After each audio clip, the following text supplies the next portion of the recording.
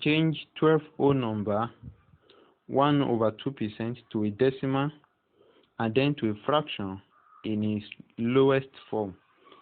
So we take it one after the other. The first thing is 12 whole number 1/2% to decimal first. So we are changing it to decimal first. So in order to change it to decimal, we can convert this mixed fraction to improper fraction by saying 2 times 12 plus 1.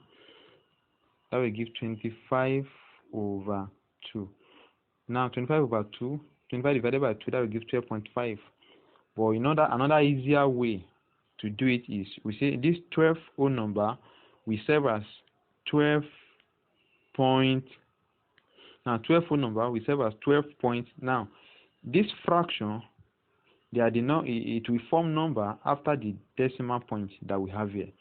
Now 2 goes in 1, it cannot go. Because it cannot go, we add 0 to the back of this one to give us 10. Now 2 goes in 10, that is 5. So that is 12.5%. So as it is now, it's still not yet in its fractional form completely because of this percentage. So we are going to express it as this percentage we have here.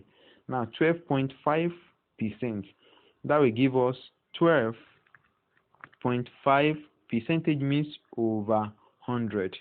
For instance, if we say 5%, is still the same thing as 5/100. So 3% is still the same thing as 3/100. So 12.5% is still the same thing as 12.5/100. Now if we press it in calculator, that will give us 0.125. But without using calculator, that's another easier way to do it. Now when we are dividing number by power of 10, when I say power of 10, these are the power of 10. 10, 100, 1000, continuous like that. That is any number that has just 1 and 0. Like that, 10,000, 100,000, only 10, 1 and 0. So the rule is applicable to that number with power of 10. So we can move the decimal to the left. If we are dividing it by power of 10, we can move the decimal to the left according to the number of 0 at the front or at the back of 1 that we have here. Now this is over 100. This 100 has 2 zeros. So because of that, we can move this decimal to the left twice. So that will be 1, 2. So the decimal is here now. So it is 12. It is point. So that gives, if the decimal is here, that will be 0.125. 0.125. And 0.125 is still the same thing as 0.125. We have to put 0 at the back of or at the front of the decimal so as to complement it. So as it is now, it is already in its decimal. It's already in its decimal. So that is, I wrote decimal here. Now how do we convert it to fraction? So in converting this one to fraction, so let me move to the another page to make it easier. So 0.125. So in order to convert it to fraction, that will be 0.125.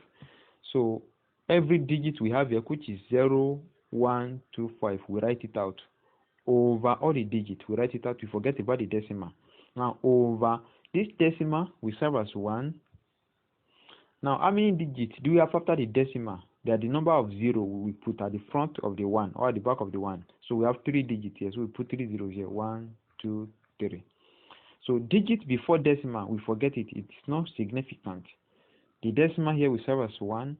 So 3 digits here, that will be 3 0 here. So 0.125 is still the same thing as 125. Just like when we say 0.1, 0.2, it's still the same thing as 1, it's still the same thing as 2. So let me just clean it. If you put there, it does not mean, but let me just clean it. Now we can reduce it to the simplest form by using a number that can divide both of them, a factor that can go in both digits. So 5 can go in both of them. Let me use 5, or let me use 25. 25 goes in this. That will give us 5. Okay. So 25 goes in 1000. That will give us 40. So that is 5/40.